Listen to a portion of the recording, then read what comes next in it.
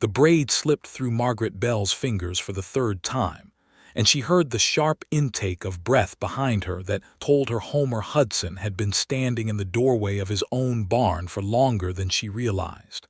She did not turn around. She could not turn around, because if she did, she was certain that whatever carefully constructed wall she had spent the last 6 weeks building between herself and this impossible, infuriating, heartbreakingly decent man would come crashing down around her boots, and she would be left with nothing to hide behind. Not the teaching, not the distance she had carefully maintained.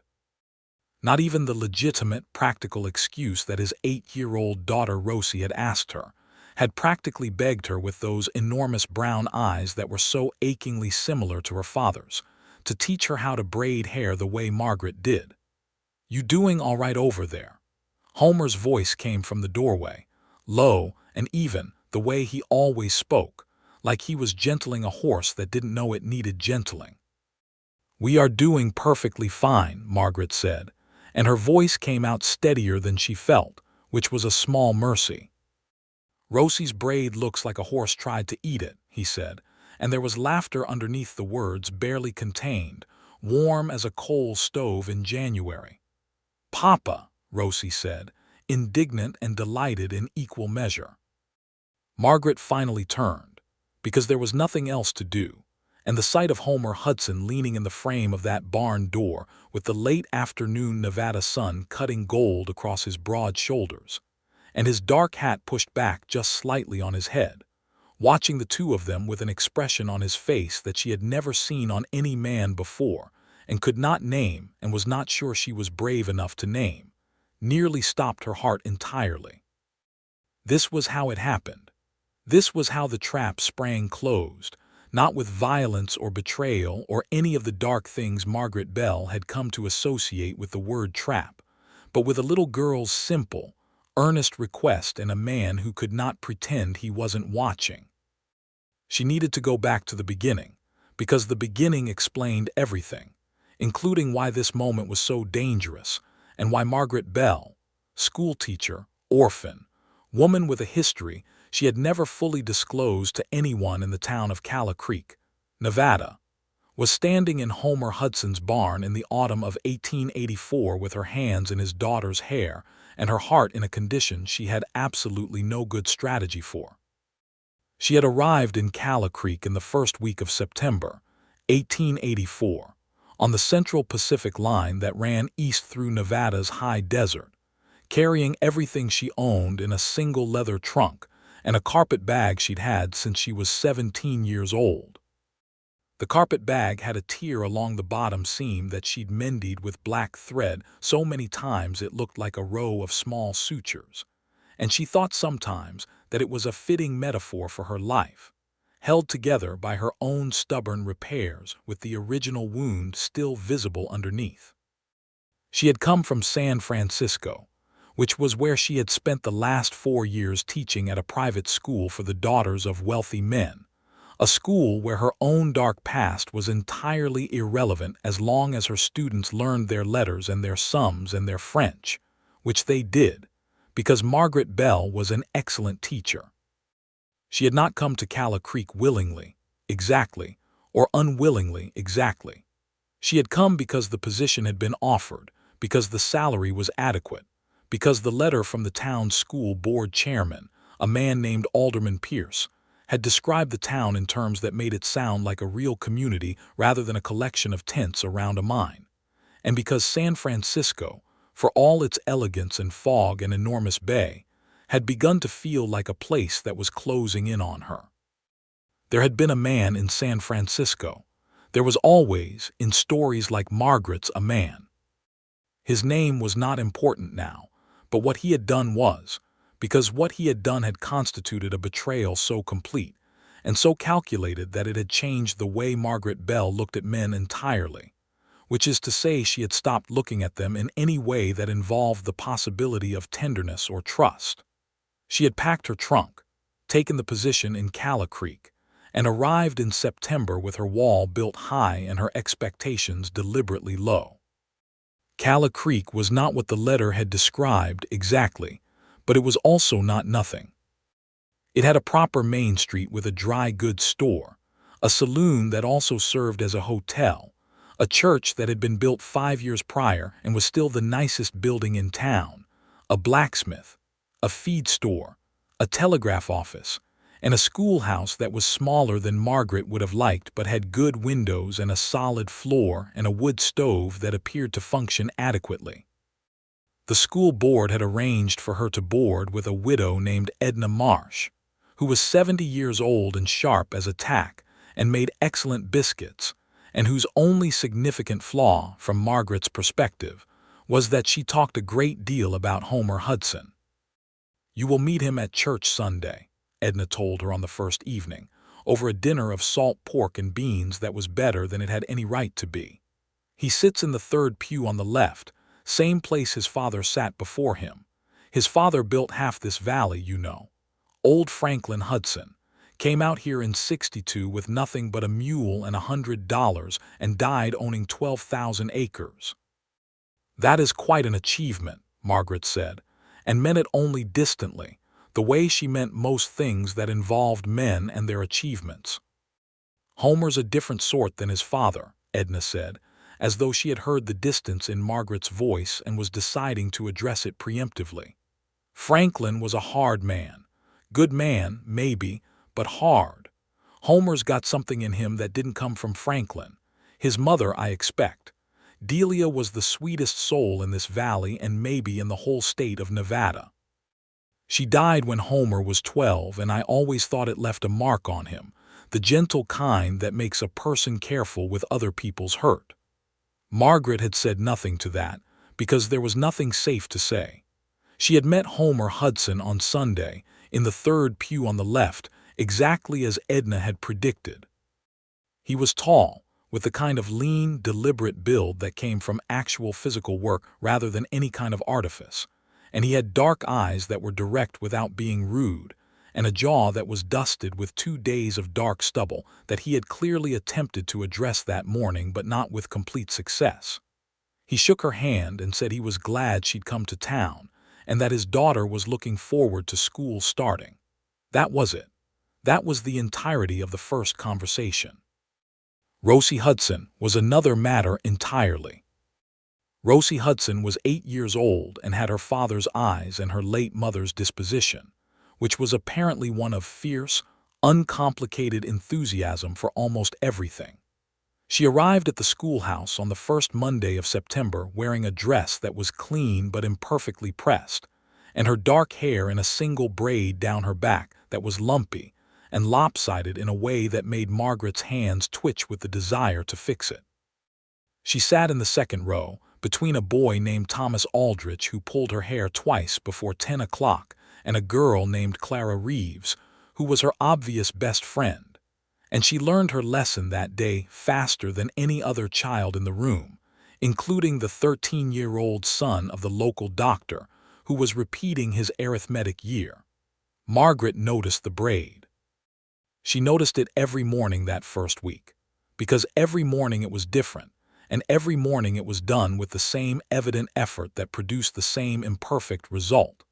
And she finally understood what was happening when she overheard Rosie telling Clara, in the whispered confidence of children who do not realize how clearly they can be heard, that her papa did it for her every morning because she did not know how to do it herself, and there was nobody to teach her. The mother had been gone for 3 years. Homer's wife, whose name had been Grace, had died of a fever in the winter of 1881 when Rosie was 5 years old. This was information Edna had provided, unbidden, on the second evening of Margaret's residence, along with the observation that Homer had not remarried and showed no signs of intending to, which Edna had delivered with the particular tone of a woman who considered this to be a waste of a perfectly good man. Margaret had let it wash over her. She was not in Calla Creek to be interested in Homer Hudson or anyone else's assessment of his marital potential. She was there to teach children, earn her salary, and maintain the specific emotional distance from the world that she had determined was the only safe strategy after what had happened in San Francisco. And then Rosie Hudson had come up to her desk on the Friday of the first week of school, with her lopsided braid in her father's earnest eyes and a piece of paper in her hand that she had clearly been working up the courage to present for some time, and she had said, "Miss Bell, I wrote you a letter. Papa helped me with the spelling." The letter was 3 sentences long. It said, "Dear Miss Bell, I noticed that you do your hair very nice. Would you teach me to braid? I would be grateful. Your student, Rosie Hudson." Margaret had read it twice and felt something shift in her chest that she had not wanted to feel and could not prevent feeling, because the paper was slightly crumpled from being held, and there was a small, deliberate flower drawn in the corner that had nothing to do with the letter itself, and everything to do with the child who had written it. And whatever Margaret Bell had built against the world, she had not built it against 8-year-old girls who drew flowers on their letters and asked with perfect, undefended sincerity to be taught something their mother should have taught them. She had said yes. She had said it was no trouble at all, that they could start on Saturday morning if Rosie's father agreed, and Rosie had lit up like every lamp in the schoolhouse had been turned on at once. The trouble was that agreeing to teach Rosie Hudson to braid meant agreeing to go to the Hudson Ranch, because Saturday was not a school day, and the ranch was where Rosie was, and the Hudson Ranch was where Homer Hudson was, and this was the first thread of the trap that Margaret had not seen coming, because she had been too busy looking at a child's earnest face to look at the larger shape of what she was agreeing to. The Hudson Ranch sat 4 miles north of Calla Creek on land that earned its beauty honestly, high desert running up against the base of a range of mountains that turned pink and amber in the mornings and deep purple in the evenings, with a creek running through the lower pasture that gave the town its name, and a line of cottonwood trees along it that were just beginning to turn gold in the first week of September. The ranch house was 2 stories, solidly built, with a covered porch that ran the length of the front and window boxes that had dead flowers in them from a summer that had ended without anyone tending them. Homer had met her at the gate, which she had not expected. She had expected to be met by a ranch hand, or perhaps by Rosie herself. Instead, it was Homer, hat in hand for some reason she could not determine, looking uncomfortable in a way that seemed entirely at odds with the idea of a man standing on his own land, and he had said, "Miss Bell, thank you for coming out. Rosie has been talking about nothing else since yesterday." "It is my pleasure," she had said, which was the correct polite thing to say, and she had noticed that he put his hat back on immediately after shaking her hand, as though he'd only taken it off because someone had told him once that this was the proper thing to do, and he'd never entirely gotten comfortable with it. Rosie had been waiting on the porch with the enthusiasm of a child who had been told to wait, and had done so with every muscle in her body straining against the instruction. She showed Margaret the porch, the kitchen, the view of the mountains, the cat named Biscuit who was enormously fat and entirely uninterested in being shown to visitors, and the small room off the kitchen that served as Rosie's bedroom, all within approximately 4 minutes, before her father had said, "Rosie," in that gentle, steady voice, and Rosie had taken a breath and settled. They had sat on the porch, Margaret and Rosie, and Margaret had begun to explain the basic mechanics of a braid, the simple 3-strand version first, because it was foundational and everything else built from it. Rosie's small fingers were quick, and she was not afraid of trying and failing and trying again, which were the 2 most important qualities in any student of any subject. And within an hour, she had something that was recognizably a braid, even if it was still considerably less smooth than it would eventually become. Homer had brought them lemonade halfway through, set the glasses down on the porch railing, and retreated without lingering, which Margaret had noticed and assessed as a point in his favor on the internal ledger she was maintaining of him without entirely admitting she was maintaining it. She had come back the next Saturday, and the Saturday after that. Rosie was progressing quickly, moving from a basic braid to a French braid, with the kind of focused determination that made Margaret think the girl was going to be formidable at whatever she decided to do with her life. And each Saturday Homer had appeared briefly, to bring something practical and useful, water or lemonade or once a plate of cornbread. And each time he had stayed only slightly longer than the time before. It was on the fourth Saturday that he had sat down, not on the porch with them. He had not been that direct, and Margaret suspected that a direct man was not actually what Homer Hudson was, beneath the tall rancher surface of him. He had sat on the top porch step, a few feet away, with a piece of leather in his hands that needed repairing, and he had worked on it quietly while Margaret guided Rosie's fingers through the more complex mechanics of a French braid. And the three of them had existed in the same space without any of the social pressure that usually accompanied three people in close proximity, which was unusual and restful, and Margaret had realized later, the second thread of the trap.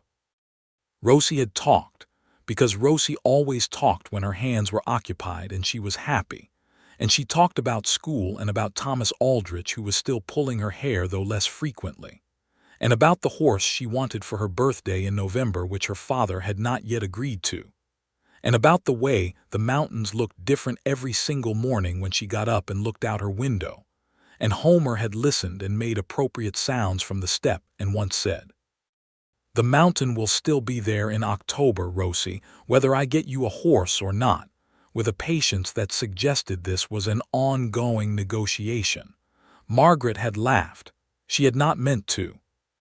It came out of her before she could stop it, and when she glanced at Homer, he was looking at her with something quiet and warm in his dark eyes and a half-smile at the corner of his mouth, and she had looked away quickly and redirected her attention to Rosie's braid.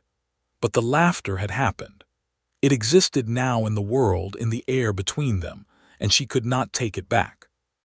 On the fifth Saturday it had rained, a hard October rain that came down straight and cold, and Margaret had arrived at the ranch having decided she would simply explain that the lesson could be postponed, only to find that Rosie had already moved the operation indoors, to the kitchen table, where she had set out the small hand mirror Margaret had brought on the second Saturday as a teaching tool, and was sitting with a rope she was practicing braiding because, she explained to Margaret with great seriousness, she had decided that if she could braid rope, she could certainly braid hair. Homer had been sitting at the kitchen table already, drinking coffee and going over what appeared to be papers related to the ranch, and when Margaret came through the door shaking rain off her coat, he had stood up and said, "I'll put more coffee on," and she had said, "Thank you," and sat down at the table because there was nowhere else to sit, and because Rosie was already pulling at her sleeve. They had spent 2 hours at that kitchen table, the rain beating at the windows, while Rosie learned to do a basic fishtail braid, and Homer alternated between his papers, and watching his daughter's progress with an expression that was so openly fond and so unguarded in its love for her that Margaret had found herself looking at it repeatedly, when she thought he was not looking at her. He was once, and they had both looked away with the specific simultaneous deliberateness of two people who are pretending something is not happening. On the sixth Saturday, which was today, the Saturday that had led to the moment in the barn that had started all of this, something had changed. Margaret had felt it on the ride out to the ranch, felt it in her own chest, a kind of low-grade alarm that was not about fear exactly, but about the recognition that she was in a situation that had moved considerably past what she had agreed to, and that she had, through some combination of Rosie's genuine need and Homer's genuine decency and her own apparently poorly constructed defenses, arrived somewhere she had not intended to be. She was fond of this child. She was fond of this child in a way that sat deep and uncomplicated in her chest, the way she imagined she might have been fond of a niece or a younger sister, if she had been the kind of person who had sisters, which she was not. She was an orphan, had been since she was 11, raised by an aunt in Sacramento who had been kind but distracted, and who had given Margaret two things of lasting value: an education and the understanding that she could not rely on anyone else to sustain her life. And she was beginning, Despite every effort, every wall, every deliberate strategic distance she had maintained for 6 solid weeks, to be something toward Homer Hudson that she did not have a safe word for. Today Rosie had decided she wanted to practice braiding in the barn, because she had decided that Biscuit the cat might consent to having his tail braided if they were in a familiar setting, which was an idea of such endearing impracticality that Margaret had agreed to it before she'd thought it through. They had settled in the barn, in the clean, sweet-smelling straw near the horse stalls, and Biscuit had appeared from somewhere in the shadows and had submitted to approximately 45 seconds of braiding-adjacent attention before removing himself with dignity to the top of a stall partition. And then Rosie had said, "Miss Bell, can I practice on your hair instead?" And Margaret had said yes to that too, because Rosie was looking at her with those enormous, earnest eyes and a length of ribbon she had produced from her dress pocket. And so Margaret Bell, who had built walls against the world, had sat in Homer Hudson's barn on a Saturday afternoon in October 1884 and let his 8-year-old daughter practice braiding her hair. The practice had been going well, actually, when the braid slipped for the 3rd time, and Margaret heard Homer's breath and knew he had been watching. She turned around. He was there. And on his face was that expression she could not name except to say it made her feel like the barn had no roof and the Nevada sky was directly overhead. "Your braid looks good, Rosie," he said after a moment, and his voice was somewhat lower than usual. "I dropped it," Rosie said, and then picked the threads of Margaret's hair back up with cheerful determination and started again. Homer did not leave the doorway. He stayed, and Margaret let herself be aware of it, which was already more than she had allowed herself before. This simple awareness of a specific person in a specific place, and the way the air felt different because of it. "You have been very patient," he said to Margaret, and he was not talking about the braid. "I have a patient subject," she said, and she was not talking about Rosie exactly, or she was not only talking about Rosie. There was a silence between them that was not uncomfortable, and this was the most dangerous thing of all, Margaret thought, because the silence should have been uncomfortable and was not, and the fact that it was not was the 3rd thread and the 4th thread and the 5th thread of the trap, and she was beginning to wonder whether trap was even the right word for it, because a trap implied malice or deception, and there was nothing of either in this barn, in this afternoon. In the careful, decent way, this man had been watching her teach his daughter for 6 Saturdays in a row. Rosie finished the braid, a much better one than the previous 2 attempts, and Margaret held the small hand mirror so Rosie could see the back of her head, and Rosie made a sound of pure triumphant joy that bounced off the barn walls, and Homer laughed from the doorway, a full, unguarded laugh, and Margaret turned to look at him again, and he was looking at her, and this time neither of them looked away for a long moment. "I want to show Clara," Rosie announced, the braid forgotten in the urgency of wanting to display it. "Can I go to Clara's, Papa? They live just across the creek." Homer looked at his daughter with the specific expression of a parent who has been manipulated by someone much younger and is not entirely displeased about it. "You can go to Clara's," he said. "Be back before supper." Rosie was gone before he finished the sentence, flying out the barn side door with her braid and her ribbon and her enormous joy, and Margaret was left in the barn with Homer Hudson, and the particular quality of silence that follows the departure of a child who has been filling it with sound. She stood up and began, slowly, to gather the ribbons and pins she had brought as teaching materials, placing them in the small sewing tin she carried them in. "Can I get you some coffee?" Homer asked.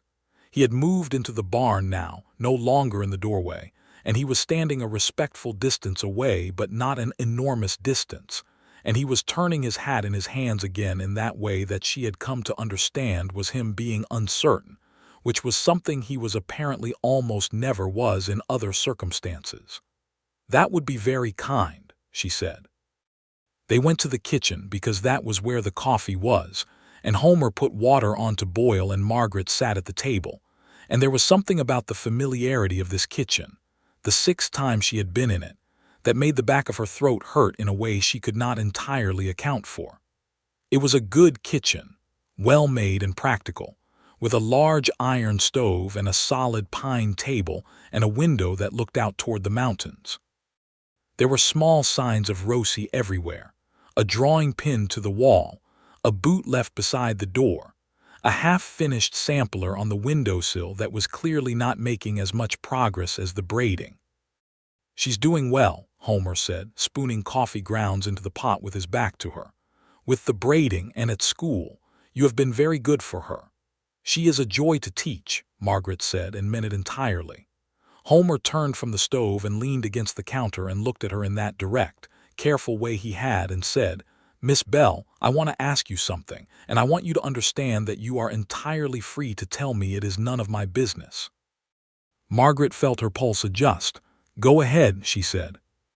"You are a very good teacher, and you are clearly educated well beyond what this school requires, and you are here in Calla Creek, which is a fine place but not a place that a woman of your particular abilities and background would typically end up." He paused. "I am not saying this as a criticism. I am saying it because I have been wondering if there is something here that you are looking for, or something that you are getting away from, and if it is the second thing, I want you to know that whatever it is safe here." Margaret was quiet for a long moment. The water was beginning to heat on the stove and making a small sound against the silence. "You are right that it is more the second thing," she said finally, because he had been honest with her and she found she could not be dishonest back at him, not entirely. "Then you do not have to tell me what it is," he said. "I just wanted you to know that it is safe." She looked at him across the kitchen, this tall, careful man who had just offered her safety with the matter-of-fact simplicity of offering more coffee, and she felt the wall tremble in a way it had not trembled since it was built, and she made a decision. "In San Francisco," she said, "I worked for a man who told me he wanted to hire me to run the school. I was 28 years old and I had worked for the school for 4 years and I was good at my work and he was the board chairman. He told me he would give me the position, and then he told his board that I had accepted money from him for purposes that had nothing to do with education. He did this because I had refused to marry him and he wanted to destroy my reputation before I could build one elsewhere. He nearly succeeded." The kitchen was very quiet. "I am sorry that happened to you," Homer said. He said it the way he said everything, without excess or performance, and somehow that made it the right thing to say in a way that a more elaborate response would not have been. "I came here because it was far enough," she said. "I came here without telling anyone where I was going. I thought it would be a fresh start." "And has it been?" he asked. She looked at him. "It is becoming something," she said carefully. "I am not sure yet exactly what." He nodded once as though she had said something that confirmed something he had been thinking, and he turned back to the stove to manage the coffee, and Margaret sat at the table and breathed. They drank the coffee and they talked. Not about the betrayal in San Francisco, which had been said and did not need to be revisited, but about other things. The ranch, which Homer had expanded in the last 3 years by adding a second herd and a line of fence that ran clear to the creek bend. The school and Margaret's plans for the winter curriculum, which included a reading program she wanted to expand. Rosie, and the horse she wanted for her birthday, which Homer confirmed he had already arranged to purchase from a neighboring ranch, but was maintaining the fiction of uncertainty for reasons of parental strategy. "She will be insufferable when she finds out you already agreed," Margaret said, and Homer said, "I know," with a smile that reached all the way to his eyes and stayed there. She rode back to town in the late afternoon. The Nevada sky streaked orange and pink above the mountains, and she thought about what had happened with the particular clarity that came from being on horseback with no one else nearby.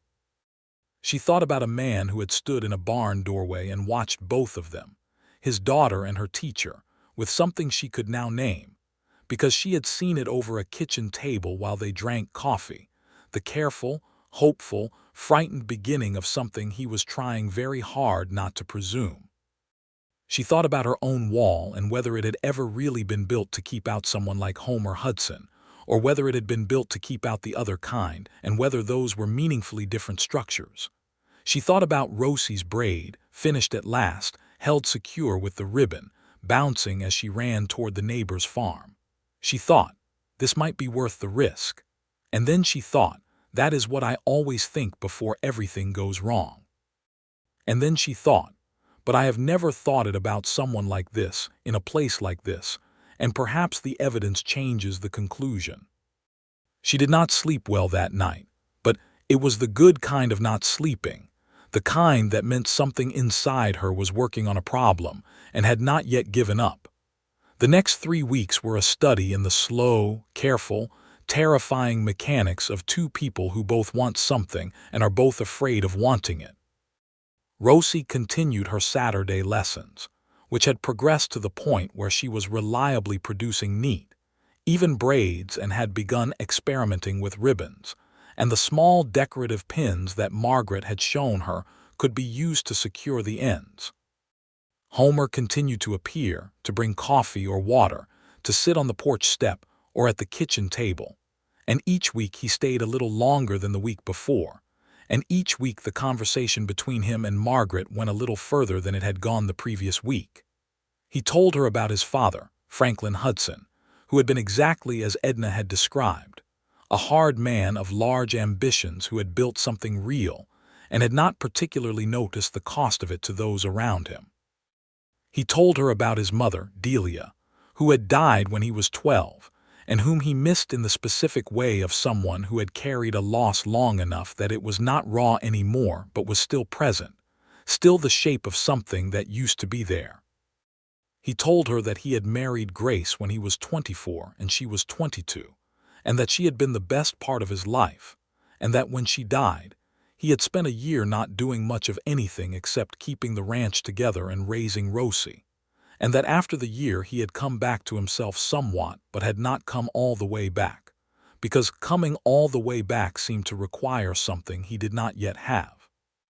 Margaret told him about her aunt, who had been kind in the distracted way of people who are doing their best but have their own considerable sorrows.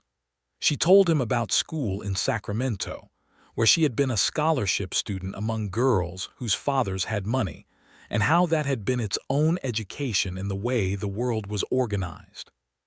She told him about coming to San Francisco and the 4 years at the private school before the betrayal, and she told him more than she had told him the first time, the specifics that she had withheld before, the name of the man and the specific nature of what he had done, and the way it had felt to have her character publicly questioned when she had worked so hard for so long to build one. Homer listened to all of it with that quality of attention he had, the kind that felt like being taken seriously, and at the end he said, "He was a coward who counted on the fact that you would not fight him, because fighting him would cost you more than it would cost him. That is a particular kind of evil, the kind that uses the rules against the people the rules are supposed to protect." She looked at him. "Yes," she said, "that is exactly what it was." "I am glad you fought anyway," he said. "I am glad you left and came here." She said, "So am I," and she meant it in a way she had not been sure she would ever mean it about any place or any situation. On the 4th Saturday after the barn, which was a cold November morning with frost on the window glass, and wood smoke rising from the chimney in a straight line into the windless air, Rosie had achieved what Margaret considered mastery of the basic braiding techniques: a 3-strand, a French braid, a fishtail, and a simple crown braid that involved pinning sections around the head, and Rosie had demonstrated this by doing all 4 techniques to the tail of the fat horse, whose name was Juniper, and who accepted the indignity with magnificent calm. Homer had come to see the demonstration and had stood with his arms crossed and his expression one of exaggerated serious evaluation, and had finally pronounced the horse's braids acceptable. And Rosie had thrown a handful of clean straw at him, which he had submitted to without moving, and Margaret had laughed again, that unguarded laughter that she kept not being able to prevent. And this time when she laughed, Homer was already looking at her, and he did not pretend he was looking at anything else. After Rosie had gone inside to warm up by the stove, Homer had stayed in the barn with Margaret while she brushed the braid out of Juniper's tail, and he had said, "I would like to take you to the harvest dance next Saturday, if you are willing." Margaret kept brushing Juniper's tail. The horse turned his enormous brown eye toward her with apparent understanding.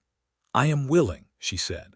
There was a pause, and then Homer said, "Good," in a way that sounded like he had been holding his breath without knowing it. The harvest dance was held in the church hall, which was converted for the purpose by the removal of the pews to the walls and the laying down of a plank floor over the stone. And the whole of Calla Creek attended, because the whole of Calla Creek always attended the harvest dance, which was one of 3 significant social events of the year, and the only one that involved dancing. The fiddle player was a man named Jesse Cole, who had lost 3 fingers of his left hand in a mining accident, and played better with 7 fingers than most men played with 10. And the woman who accompanied him on a small upright piano was the minister's wife, Mrs. Hartley, who had learned to play in Ohio and had not lost the skill despite 40 years in Nevada. Margaret wore her best dress, which was a deep blue wool that she had bought in San Francisco, and which she was aware was somewhat finer than what most women in Calla Creek wore to dances, and she had braided her own hair, something she could do in her sleep, and pinned it. She had looked in the mirror in Edna's spare room and thought, for the first time in 2 years, "I look like someone who is going somewhere that matters." Homer was waiting for her outside the church hall when she arrived with Edna, who managed to make the walk from her house to the hall without apparently noticing that Homer was there at all, despite almost certainly having planned this entire situation with meticulous care.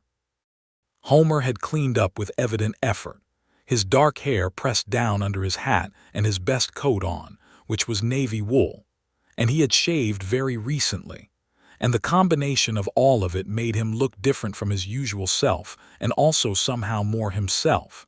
And Margaret took the arm he offered and felt the warmth of it through 2 layers of wool. The dancing was unremarkable, in the sense that it was the usual collection of reels and quadrilles and 1 waltz that went on longer than expected because Jesse Cole appeared to enjoy it particularly. And what was remarkable was who she was dancing with, and the fact that Homer Hudson could dance, had clearly been taught to dance properly at some point, which she had not expected and found entirely pleasant. "Your mother?" she asked during the waltz, because there had been something formal and deliberate in the way he held his frame. "My mother," he confirmed. She said a man who could not dance was only half a man, which I always thought was somewhat unfair to men who had no musical capacity, but she was very firm on it. She was right, Margaret said, and Homer smiled at that with his whole face. They danced 3 more dances after the waltz and stood against the wall, and drank the spiced cider that someone's wife had made and talked to other people in the room.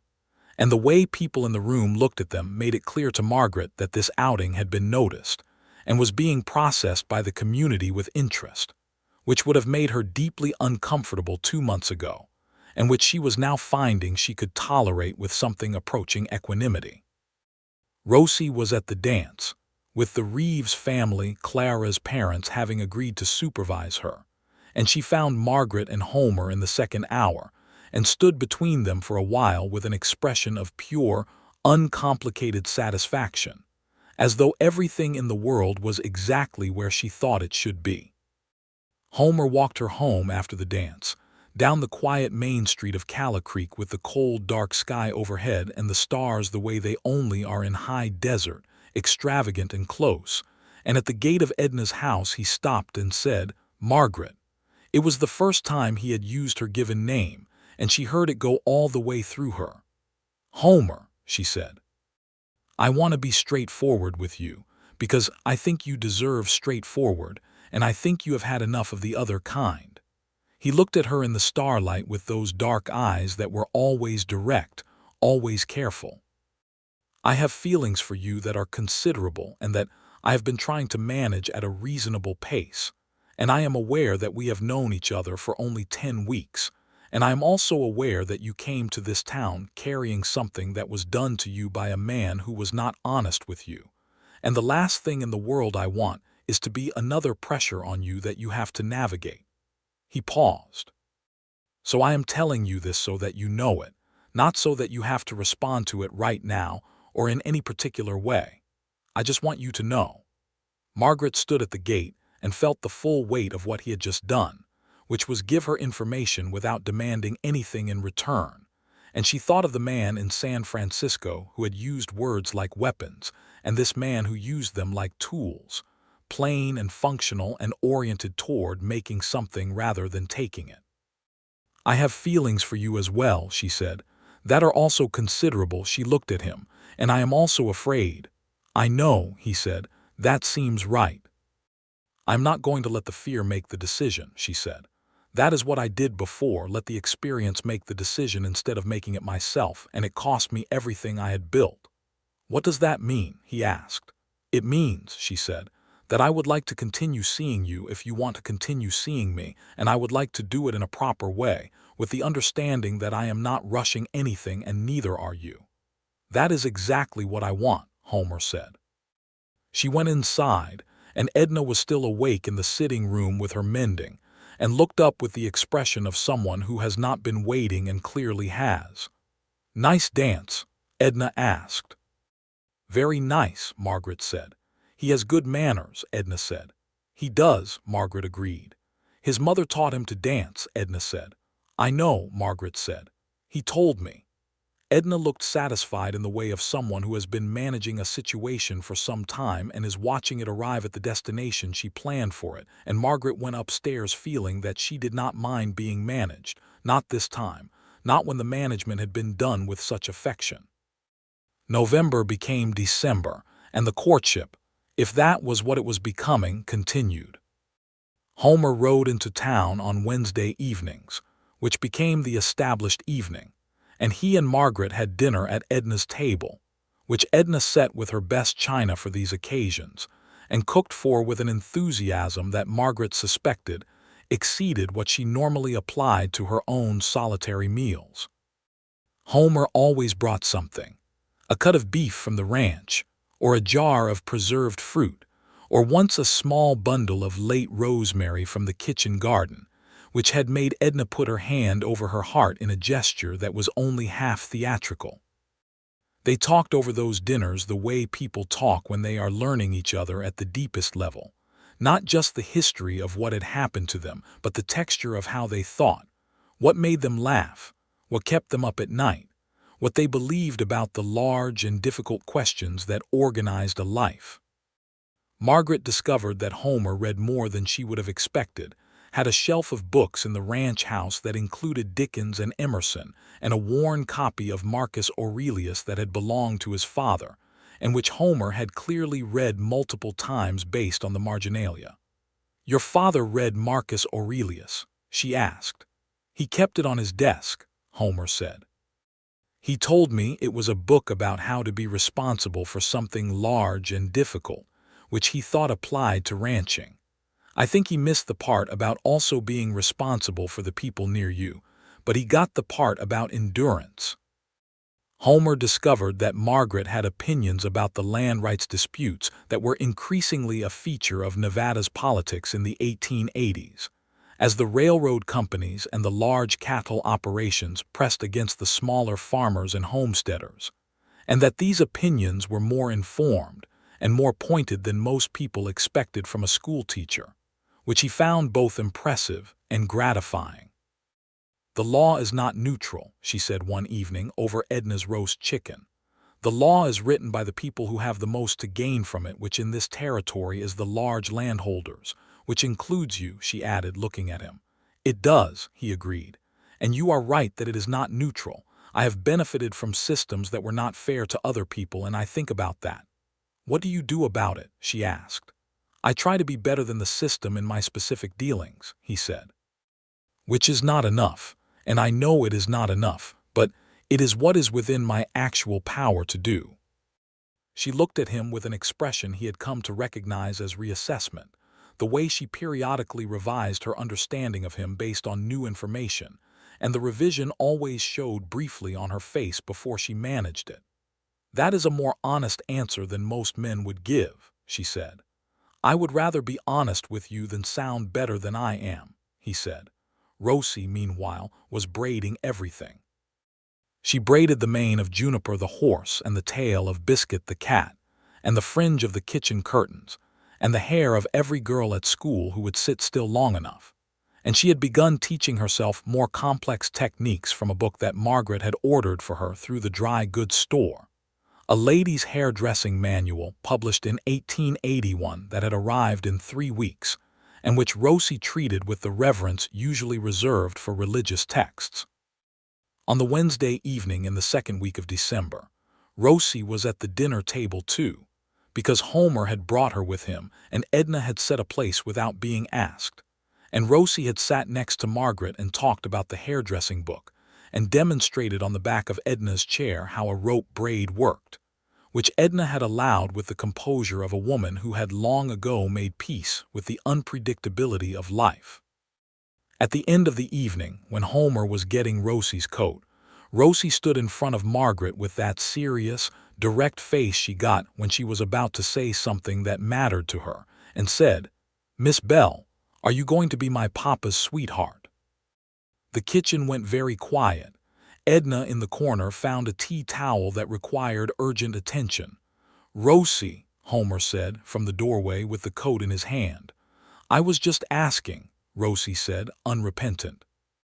Margaret crouched down so she was on Rosie's level because she was a teacher and she knew that important conversations required eye contact at the same height, and she said, "What I can tell you is that your father is one of the best people I have ever met, and you are one of the people I care about most in this world, and whatever happens, I am not going anywhere." Rosie thought about this with visible seriousness. "Okay," she said finally. "That is good enough." And she held out her arms to be hugged, which Margaret did, holding this small, fierce girl who had started all of it with a letter about braids. And over Rosie's head she could see Homer in the doorway, and his expression was something she did not try to name this time. She just let it be what it was. Christmas came to Calla Creek with a cold snap that turned the creek to ice and brought 6 inches of snow to the high desert, which transformed the mountains into something so beautiful it was almost not real. Margaret had never spent Christmas in the high desert before, and she spent a long time on Christmas morning standing on Edna's porch looking at the world gone white and silver, and thinking about the fact that she was glad she was here, in this specific place, which was not something she had expected to think about anywhere. Homer and Rosie came to church on Christmas morning, and they sat in the 3rd pew on the left, same as always. And Margaret sat with Edna 2 rows back, same as she always did on Sundays. But this time Homer had looked back at her over his shoulder, and the small, specific smile he gave her was entirely private and entirely hers, and she had felt it warm in her chest all through the service. There was a Christmas gathering at the church after the service, with pies and spiced cider and a significant amount of cheerful noise, and Homer had found Margaret by the window and said, quietly, "I have something for you at the ranch. Not a gift exactly, more of a thing I want to show you. Would you come out tomorrow?" She had come out on Christmas afternoon, Edna having organized this without any apparent effort, and Homer had taken her to the barn, which under ordinary circumstances might have seemed an odd choice for Christmas afternoon, but which now felt to Margaret like one of the more significant places in her personal geography, and he had shown her the horse. It was Rosie's birthday horse, a small bay mare with a white star on her forehead, and the particular quality of alert intelligence that good horses had, already settled in the stall that Homer had prepared for her. He had bought her from a ranch 20 miles north, he explained, and her name was officially Clementine, but she answered to Clemmy, and she was gentle and sure-footed and exactly right for a girl who was learning. "Rosie does not know yet," he said. "Birthday is November. I bought her in October." Margaret looked at the mare, who was looking back at her with calm, liquid eyes, and said, "She is absolutely beautiful."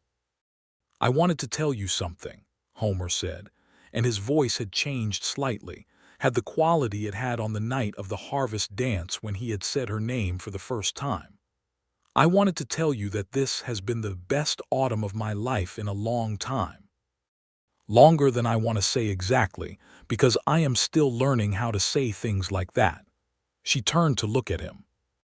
He was standing in the middle of the barn, hat in hand as always, and the low winter light came through the barn's high window and lay along the angle of his jaw and the slope of his shoulders.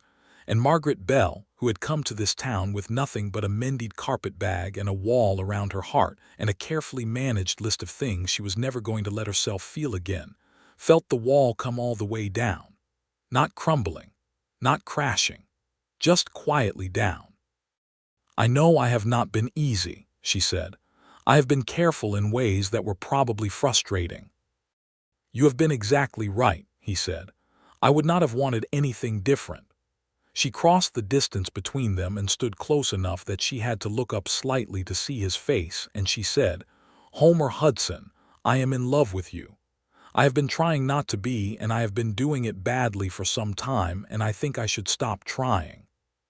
He looked at her with those dark eyes and he said, "I love you, Margaret Bell," with the simple directness that was entirely him, entirely how he did everything.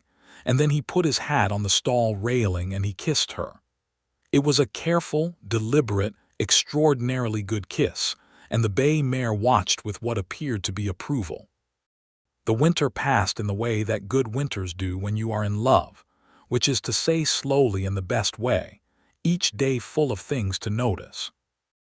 Margaret continued to board with Edna through the school term, and to ride out to the Hudson Ranch on Saturdays, which was no longer about braiding lessons, though Rosie still braided everything in reach, but was simply about being there, in that kitchen and on that porch, and in the company of those two specific people who had, between them, made Calla Creek feel like the place Margaret had been trying to find for a very long time.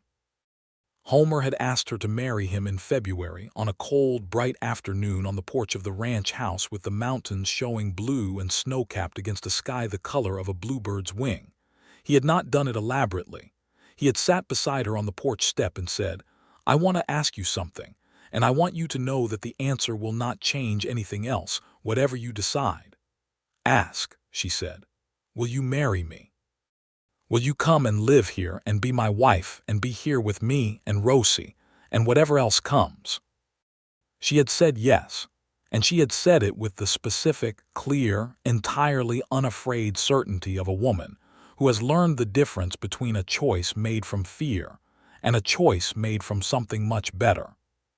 He had given her his mother's ring, a simple gold band with a small oval garnet, which Delia Hudson had worn for 20 years, and which Homer had kept in a box on the shelf of the ranch house for 3 years, with the particular careful grief of someone who keeps something not because they are holding on to the past, but because they are waiting for the future to be ready for it.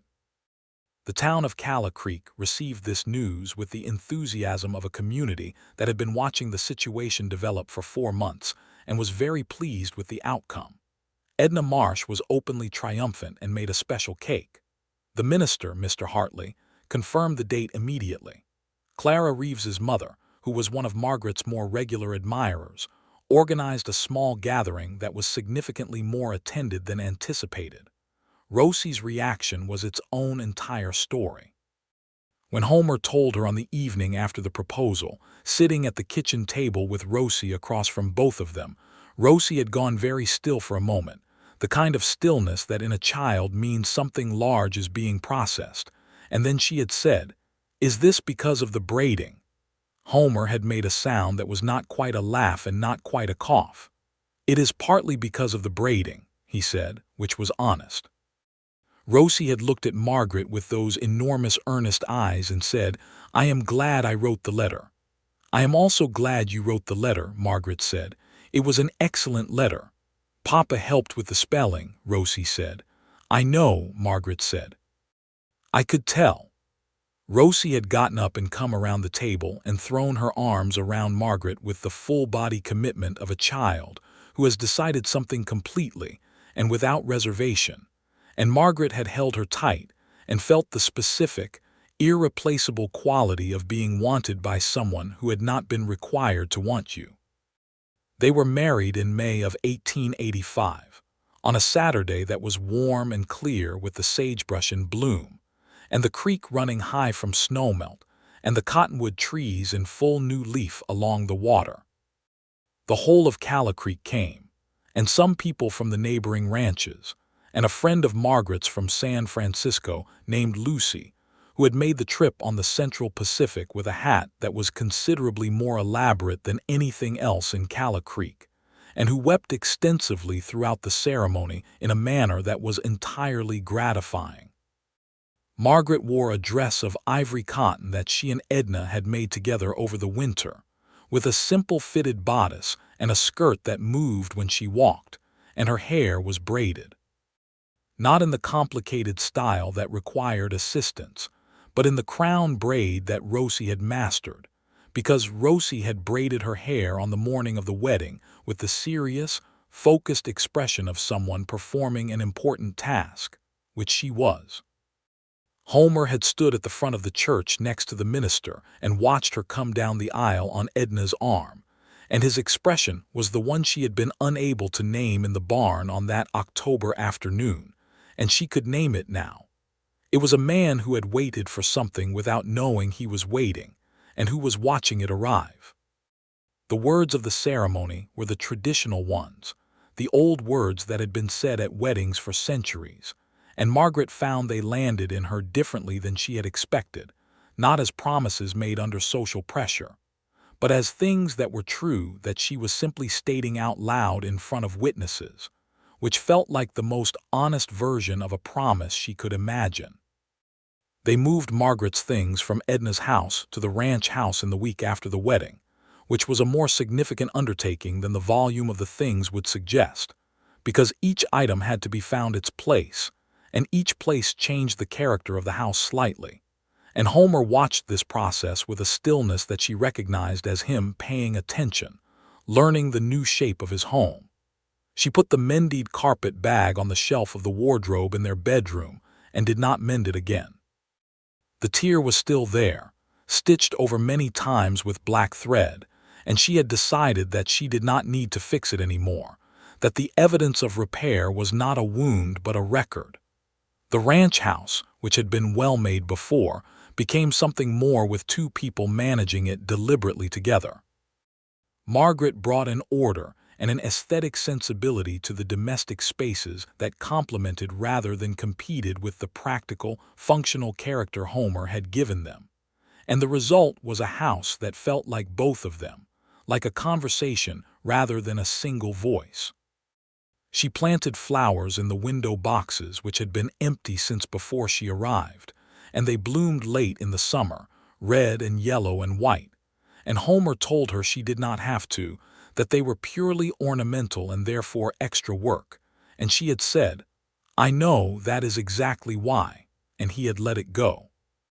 Summer 1885 moved through the valley with heat and work, and the particular texture of a first year of marriage, which is the year of learning all the specific ways another person moves through the world, and all the ways your own movement changes when theirs is consistently present. There were adjustments, because there always are, conversations that were harder than they should have been, and evenings that ended in silence that needed to be crossed before sleep. And Margaret was braced for the possibility that some of these conversations might reveal things that would shake what she had decided about Homer Hudson, because her experience had taught her that people kept secrets, kept hidden motives, revealed dark pasts under pressure. Homer had no hidden motives. He had a past that was complex and sometimes painful and entirely his own, and which he shared with her in the gradual, trusting way that she shared hers with him. He had a specific stubbornness about certain things, the arrangement of the tack room, the way the cattle should be driven, the proper preparation of coffee, that she found irritating in the particular fond way of irritations that are evidence of a real and present person rather than a theoretical one. He had a capacity for silence that she had initially misread as distance and had come to understand as the opposite, the kind of quiet that meant he was fully there. He had also a community standing that came with its own pressures. Being the largest landowner in the immediate area meant being expected to have opinions on things and to support things and to be present at things. And Margaret, who had managed the social politics of a private school in San Francisco, found herself surprisingly well-equipped to navigate this world, and occasionally to smooth things that Homer would otherwise have handled with a directness that worked on cattle and did not always work on the wives of the town council. In August, she told him she was pregnant. She had known for 2 weeks but had waited until she was certain, not wanting to say something that the following weeks might contradict. She told him at breakfast, across the kitchen table, with her coffee cup warm in her hands, and she watched his face go through something she could not entirely describe except to say it was large and complicated and entirely good. He came around the table and crouched beside her chair and took her hands in both of his and said nothing for a moment, just held her hands, and then said, "Are you well?" "I am very well," she said. He pressed his lips to her hands, not the back of them but the palms, and she felt it as though the gesture had a specific warmth that went through her entirely. Rosie was told that evening over dinner. She put down her fork and said, "Is it going to be a girl?" Homer said, "We do not know yet." Rosie considered this. "I hope it is a boy," she said. Margaret and Homer looked at each other over Rosie's head. "Why?" Homer asked. "Because," Rosie said, "if it is a girl she will want to braid everything too, and there will not be enough hair." The autumn of 1885 passed, and the winter came, and Margaret continued to teach through November, stepping back from the school in December as the pregnancy advanced, and a temporary replacement was arranged. A young woman from Carson City who was, Margaret assessed, thoroughly adequate if not inspired. The school board assured Margaret that her position would be held for her, which was progressive enough for a small Nevada town in 1885 that she thought well of them for it. And she suspected Homer had had a conversation with Alderman Pierce about it that she had not been present for, which she chose to accept without pressing the point. The baby came in the second week of April 1886, a boy, which Rosie received with obvious and unguarded satisfaction. He was delivered by the town doctor, a competent man named Ellison who had delivered half the babies in Calla Creek, and the labor was long but concluded without the serious complications that Margaret had not let herself think about directly, but had thought about in the sideways manner of someone who is afraid of a specific outcome. Homer had stayed in the house throughout, which some men did not, which Rosie had informed him sternly was what was required, sitting in the kitchen with Edna, who had come to help, and who periodically emerged from the bedroom with updates delivered in the calm, capable manner of a woman who had witnessed these events many times before. When the doctor came out to tell him the news, Homer had been in the chair by the kitchen window, the Marcus Aurelius book open on the table beside him untouched, and he had stood up quickly and the doctor had said, "Healthy boy, healthy mother." And Homer had sat back down immediately as though his legs had been waiting for the information before they would function. Margaret, when he came to her, was holding the baby with the focused, exhausted, fiercely alive expression of someone who has just done something enormous and is still deciding what to think about it. And when Homer sat beside her on the edge of the bed, she leaned against his shoulder with the full weight of herself for the first time, or it felt that way, like she had been leaning carefully before and was now putting all of it down. "We should name him something good," she said. "Not Marcus," Homer said, and she laughed genuinely even though everything hurt, and he kissed her hair. They named him Thomas, after no one in particular, but because it was a good solid name that could hold a person through various versions of themselves. And Rosie came to look at him with the serious appraising expression of a 9-year-old, assessing a new and permanent houseguest, and finally announced that he was small but acceptable, and that she would teach him to braid when he was old enough. Margaret returned to the school in the fall of 1886, Thomas in the care of a reliable woman in town during school hours, and resumed her position with the particular authority of a teacher who has been away briefly and has returned confirmed in her reasons for being there. The students who had known her before received her with open pleasure, and the new students discovered quickly that Miss Bell, who was now Mrs. Hudson though she taught under Miss Bell for reasons of professional continuity, was the kind of teacher who expected real work and gave real attention in return, and who ran a schoolroom in which both things were possible. Calla Creek grew that year and the year after, the railroad bringing new families and new commerce, a small bank opening on the main street, and then a hardware store, and then a second church for the Methodist congregation that had been meeting in members' homes. Homer expanded the ranch further, adding a third herd and a new barn, and hired 2 additional hands, brothers named Caleb and Edward Marsh, who were distant relations of Edna's, and were known for their reliability and their complete inability to agree on anything that did not involve cattle. Margaret watched the town grow with interest, and with the occasional private note of something that was not quite alarm but was adjacent to it, because she knew from her own history, and from the history of the West more broadly, how quickly growth could overwhelm the specific character of a place and leave behind something more prosperous but less itself.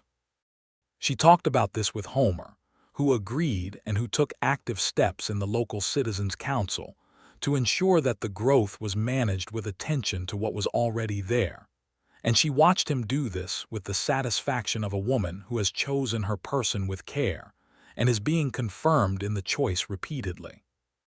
In the spring of 1888, Rosie was 12 and Thomas was almost 2, and Margaret was expecting again, a fact she had told Homer in the same way as before, across the kitchen table, which was now a larger table because the kitchen had been extended the previous autumn.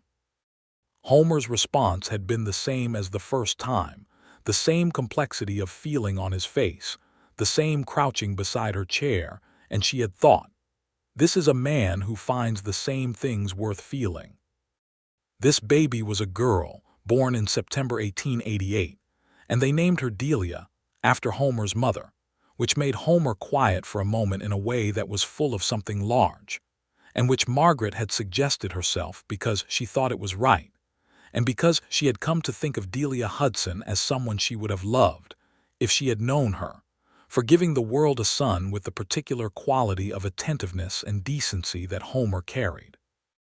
Rosie, at 12, was at an age to be genuinely useful with a baby rather than merely enthusiastic, and she was useful with a thoroughness that reminded Margaret of herself at 12, the determined self-sufficiency of a girl who has decided to be capable, and she braided Delia's hair as soon as there was enough of it to braid, which was around the age of 2, sitting on the porch with her small sister between her knees and the focused expression she still got when she was doing something that mattered.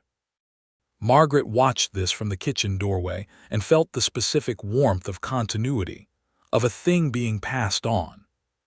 Homer came to stand beside her as he had developed the habit of doing when she was in doorways watching things, and he said, "You started that." "Rosie started it," she said. "She wrote the letter." "You said yes," he said. She leaned against his arm, the easy leaning of 4 years of marriage, and watched their daughters on the porch, the 12-year-old and the toddler, the braid taking shape between them, and thought about the specific chain of events that had led here, the letter with the flower drawn in the corner, the barn on an October afternoon, the coffee in the kitchen, the harvest dance, the man in the doorway watching both of them with something on his face that she could now name in its entirety. Love, she thought. It had been love from the beginning, just not yet sure of its name. The years continued to layer themselves over each other the way years do in a good life, each one distinct, and each one building on what came before. Thomas grew from a small, acceptable houseguest, as Rosie had classified him, into a boy of considerable energy and enormous curiosity, who was interested in everything about the ranch and followed his father through the days with the devoted attention of someone learning a language. He had Homer's steadiness and Margaret's precision, a combination that his teachers found alternately delightful and demanding, and he had his sister's complete inability to let a thing alone once he had decided to understand it. Rosie turned 14 in November of 1890 and was by then largely running the domestic side of the ranch, with a competence that Margaret had the occasional guilty feeling was slightly in excess of what should be expected of a 14-year-old, but which Rosie herself appeared to find deeply satisfying, and which Margaret compensated for by ensuring that Rosie's education continued rigorously. Bringing books from the school, and setting aside 2 evenings a week for lessons that went well beyond what the schoolhouse curriculum required. There was a school now in Carson City that offered secondary education for girls, and Margaret had been thinking about it for 2 years before she raised it, one evening in the spring of 1891, over dinner, with Homer and Rosie both present. "I want to talk about the Carson City school," she said. Rosie put down her fork with the resigned precision of someone who has been expecting a conversation and is acknowledging that it has arrived. Homer looked at Margaret and said nothing. "I know you have been thinking about it," Margaret said to Rosie. "I have seen what you do with the books I bring." "I have been thinking about it," Rosie admitted. "It would mean living in Carson City during the school term," Margaret said. "With a respectable family, someone we know or can verify. You would come home for summers and holidays." The table was quiet for a moment. "Papa," Rosie said. Homer looked at his daughter with the expression he had worn the first morning Margaret had seen him, in the church, the direct, careful look of a man who takes other people's realities seriously. "What do you want?" he said. Rosie looked at her hands. "I want to go," she said. "I am also afraid to go. Those are both true." "Both things can be true at the same time," Homer said. "That does not mean you should not go." Rosie went to Carson City in September of 1891, 15 years old by then, carrying a trunk that Margaret had packed with her, and a braided bracelet she had made herself on the train ride there from the embroidery floss Margaret had included at the bottom of the trunk, knowing she would need something to do with her hands during the journey. She wrote letters every week, to both her father and Margaret, letters that were full of the specific vivid detail of a young person encountering a larger world for the first time, the other girls in the house, the teachers who were unlike any she had encountered in Calla Creek, the city that was louder and more complicated and more interesting than anything she had seen before. Homer read these letters at the kitchen table with a half-smile that had something quietly proud in it, and Margaret read them with the recognition of a woman who had been, at 17, in a not entirely different position. Life at the ranch settled into the rhythm of a family with young children and absent older ones.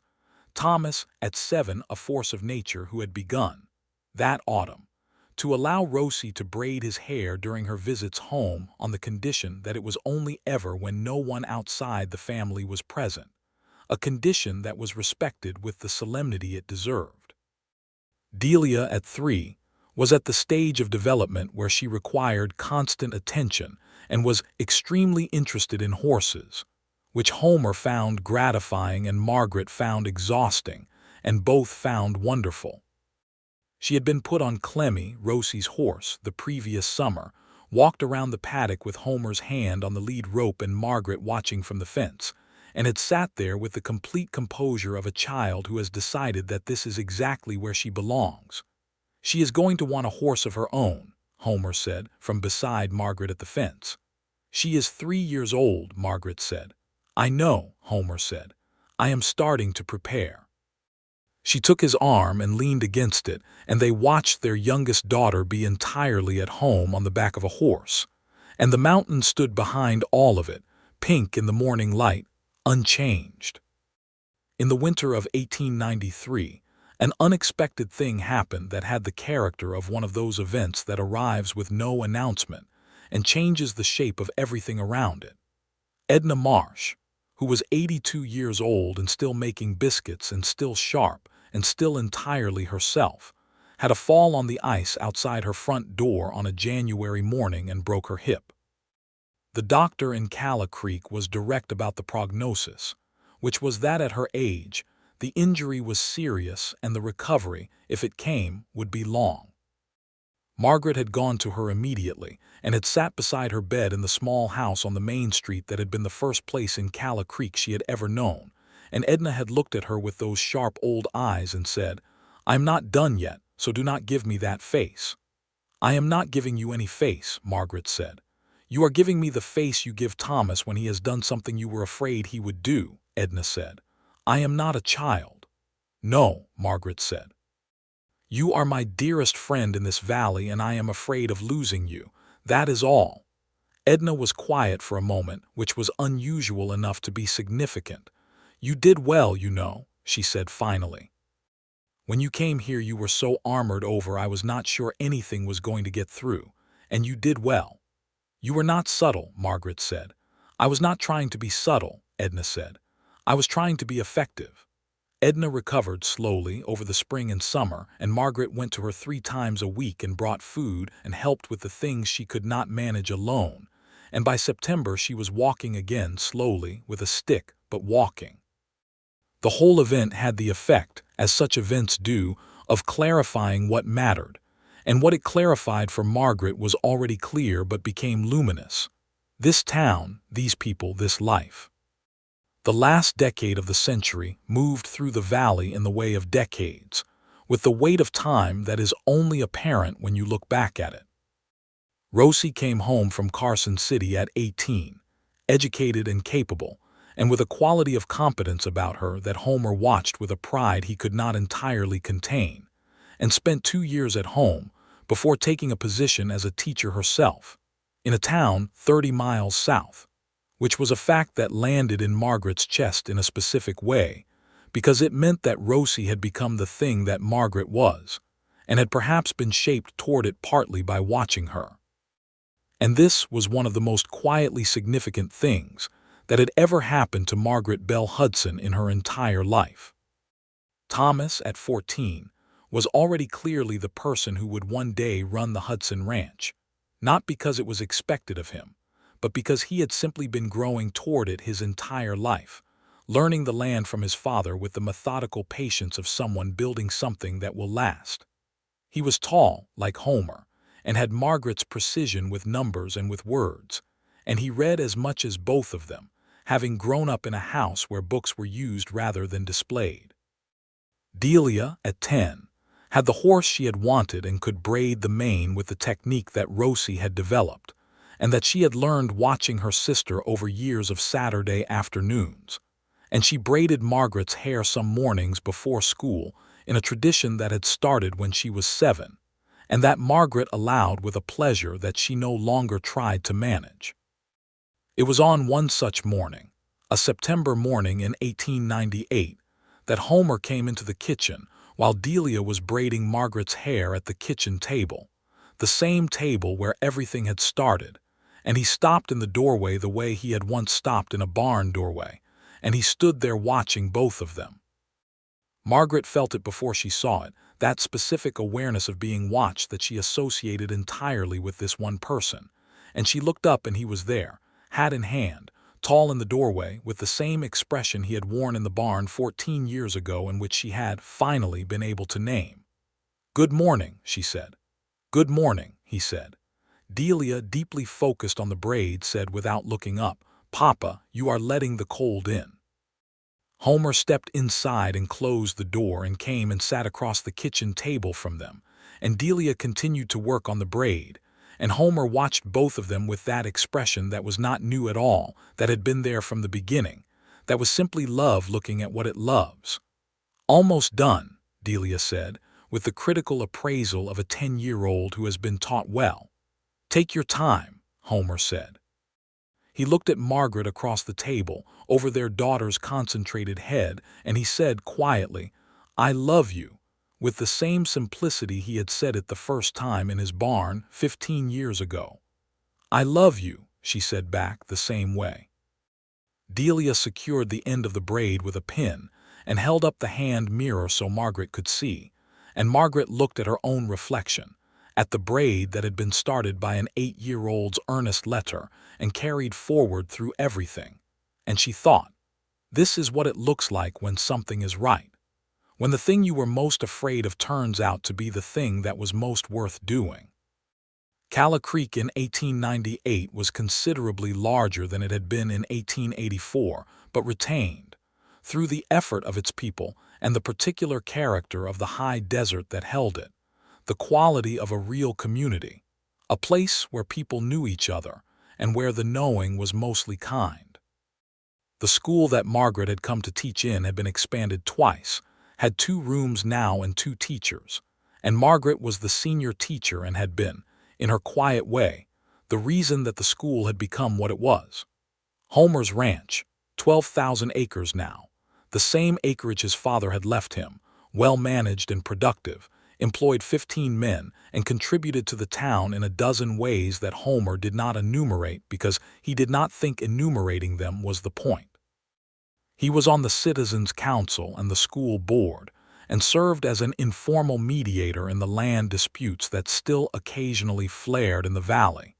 And he did all of it with the same steadiness he did everything, as though it had simply not occurred to him to do it differently. On the evening of the day that Rosie rode into the yard with her husband beside her, a quiet, careful schoolteacher named Will Greer, who had the specific quality of someone who understood what he was getting in marrying Rosie Hudson and was entirely at peace with it. Homer sat on the porch in the last light and Margaret sat beside him, and the mountains were doing what they always did in the evenings, going deep purple and ancient-looking, and entirely indifferent to the lives unfolding at their feet. "Rosie looks happy," Margaret said. "She is," Homer said. "I can tell." "He is a good man," Margaret said. "He is," Homer said. "I can tell that too." He was quiet for a moment. "I was thinking about the barn," he said. "Which time?" she said. "The first time," he said, "when I came to the doorway and you did not turn around." "I knew you were there," she said. "I know," he said. "I knew you knew." The evening was cool and quiet, and somewhere down in the pasture one of the horses was moving and the smoke from the chimney went straight up in the windless air. "I was watching both of you," he said. "You and Rosie. And I thought, this is the thing I have been waiting for without knowing I was waiting for it." "I thought the same thing," she said. "Eventually." "Eventually," he agreed with that half-smile, the one that reached all the way to his eyes. She took his hand on the porch railing, the way she had taken it 1,000 times since that night at Edna's gate when he had said her name for the first time with all of what he meant in it, and held it in both of hers. And they sat together while the Nevada sky went dark above the mountains, and the first stars appeared, extravagant and close, the way they only were in the high desert. Inside the house, Delia was teaching Thomas and Rosie's husband a braiding technique she had invented herself, which involved 4 strands instead of 3, and which she claimed produced a stronger braid. And Thomas was arguing, on theoretical grounds, that 4 strands introduced unnecessary complexity, and Will Greer was attempting to learn the technique with the polite determination of a man who has understood that in this family, braiding is not optional. Rosie's voice could be heard from the kitchen, clear and certain, telling her brother that he was wrong and that he should try it before he made up his mind, which was an argument she had clearly learned from someone. And Homer and Margaret looked at each other on the porch with the specific mutual acknowledgement of 2 people who have built something together and can see it in the details. "Will they have children soon, do you think?" Margaret asked. "Rosie will make that decision," Homer said. "And Will be happy with whatever she decides." "He will," Margaret agreed. The night deepened around the porch, and the lamps came on inside, and the voices from the kitchen continued, argument and laughter, and the particular noise of people who are completely comfortable with each other.